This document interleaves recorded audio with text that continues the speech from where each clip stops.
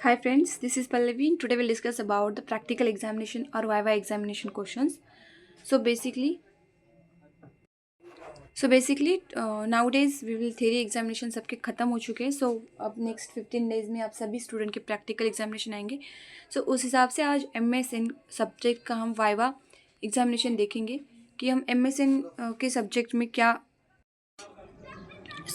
Discuss करेंगे. हम सारे प्रैक्टिकल जो क्वेश्चन होते हैं वाइवा बेस्ड क्वेश्चन होते हैं वो आज हम डिस्कस करेंगे.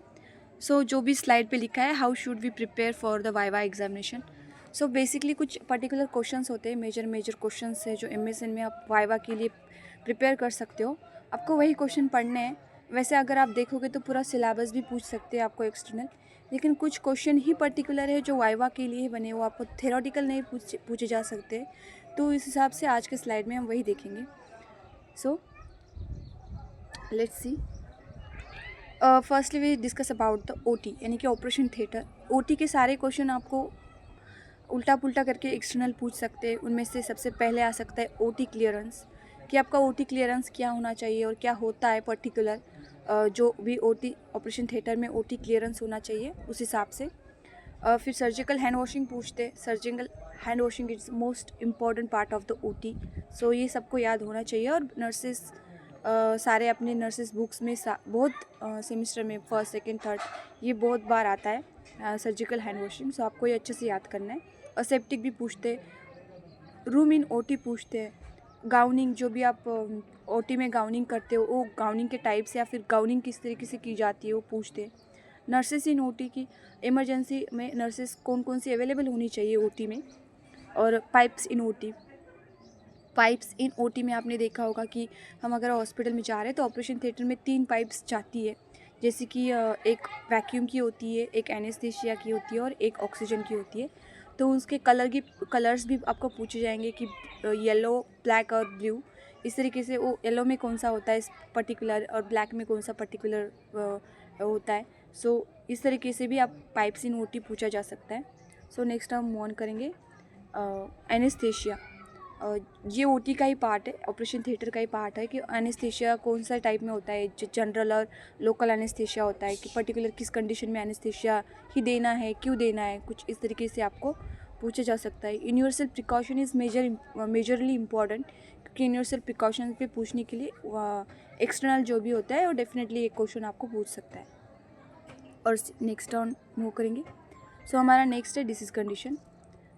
एमएसएन ये पूरा सब्जेक्ट ही डिसीज़ कंडीशन पे डिपेंड है. और आप जो भी केस स्टडी लोगे प्रैक्टिकल एग्जामिनेशन के लिए उसमें भी आपको डिसीज़ कंडीशन ही लिखना है. वो पूरा डिसीज़ कंडीशन किस पे कौन कौन से क्वेश्चन पूछ सकते हैं वाइवा के टीचर्स. वो हम देखेंगे. उसमें आपको पूछे जाएंगे बेसिकली डेफिनेशन, है ना. ज़्यादातर टाइम आपको बस डेफिनेशन पूछी जाती है. और फिर टेस्ट डायग्नोसिस. ये बहुत अगर समझो उसने समझ नहीं लिया है कि एक्सटर्नल ने कि नहीं मुझे पूछना है, बहुत सीरियसली पूछना है स्टूडेंट को, तो आपको डिसीज कंडीशन में वो टेस्ट डायग्नोसिस भी पूछेंगे कि मलेरिया के लिए आप क्या डायग्नोसिस करके टेस्ट करके आप पेशेंट को डायग्नोस करोगे कि पेशेंट को मलेरिया है, कुछ इस तरीके का.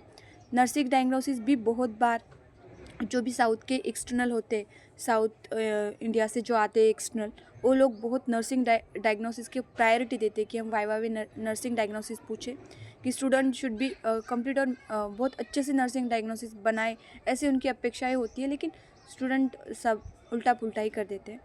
नर्सिंग डायग्नोसिस आपको अच्छे से और प्रायोरिटी बेस से बनाने. सर्जरीज आपको अच्छे से याद करने हैं, 2-4 सर्जरी सारे डिसीज कंडीशन के, मतलब आप जो लिख रहे हो उसकी तो आपको सर्जरी अच्छे से याद होनी चाहिए. Hernia it is favourite topics. सारे एक्सटर्नल का हर्निया फेवरेट टॉपिक होता है क्योंकि एमएसएन में हर्निया इज़ मेजर सब्जेक्ट में आता है. आपको हर्निया के टाइप्स अच्छे से याद करके जाने. ऑर्थोपेडिक सर्जरी आपको 1-2 याद रखनी है, क्योंकि आपको जो भी एक्सटर्नल है, जो भी वाइवा को एग्जामिनेशन को आ रहे हैं, वो आपको हर पर्टिकुलर स्पेसिफिक मतलब जैसे कि ब्रेन की बताओ, हार्ट की बताओ या फिर एज की बताओ, ऐसे क्वेश्चन नहीं पूछेंगे. वो आपको मेजर क्वेश्चन ही पूछेंगे. उसमें से ऑर्थोपेडिक सर्जरीज आते हैं क्योंकि एमएसएन में ये टॉपिक्स है, तो आपको ये क्वेश्चन पूछेंगे. अदर कंटेंट में मैं आपको ज़्यादा प्रोसीजर नहीं रेफ़र करूँगी क्योंकि ज़्यादा प्रोसीजर नहीं पूछे जाते. एबीजी बताऊँगी कि एबीजी कब लेना चाहिए क्या नहीं, वो भी आपको अच्छे से याद करना चाहिए. ड्रग साइट एटलीस्ट आप जो डिसीज़ कंडीशन ले रहे हो उसके ड्रग्स के साइट अच्छे से याद करके जाओ, और कुछ वैक्सीनेटेड ड्रग्स होते उसके साइट आपको अच्छे से याद करके जाओ, और कॉमन ड्रग्स के भी साइट याद करके जाओ। ड्रग्स नेम एटलीस्ट 5, आपकी जो डिसीज़ कंडीशन है आप वो मेडिकेशन बॉक्स में जो लिखते हो उसके नाम अच्छे से याद करके जाओ। लंबार पंक्चर प्रोसीजर पूरी आपको याद होनी चाहिए, क्योंकि ये क्वेश्चन हमेशा पूछा जाता है MSN वाइवा में। और फिर bed making types, as you know कि आपको बेड मेकिंग के टाइप्स अच्छे से याद होंगे। सो थैंक यू फ्रेंड्स, और all the best your practical examinations. So bye.